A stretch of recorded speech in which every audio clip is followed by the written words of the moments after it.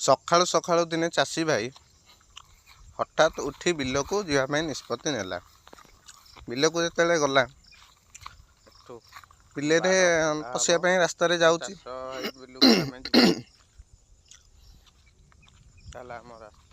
ତ ବିଲ ପାଖକୁ ଗଲା। ବିଲ ହୁଡ଼ାରେ ଯିବା ସମୟରେ ଦେଖିଲା ଧାନ ରାସ୍ତାରେ ଶୋଇ ରହିଛି। ଆଉ ଧାନ ରାସ୍ତାରେ ଶୋଇଛି ମାନେ କ'ଣ କରିବ? ଗଲା ଆଗକୁ। ଆଉ କିଛି ସମୟ ବାଟ ଆଗକୁ ଯିବା ଫଳରେ ଦେଖିଲା କି ମା ଠାକୁରାଣୀ ଏଠି ଅଛନ୍ତି। ଯେଉଁ ଠାକୁରାଣୀଙ୍କୁ ସମସ୍ତେ ମୁଣ୍ଡିଆ ମାରନ୍ତି। ତାପରେ ପୁଣି ବାଟରେ ଚାଲିଲା। ବାଟରେ ଯାଇ ଏଠି ସୂର୍ଯ୍ୟଦେବଙ୍କୁ ମୁଣ୍ଡିଆଟିଏ ମାରିଲା। ପୁଣି ରାସ୍ତାରେ ଗଲା। ରାସ୍ତାରେ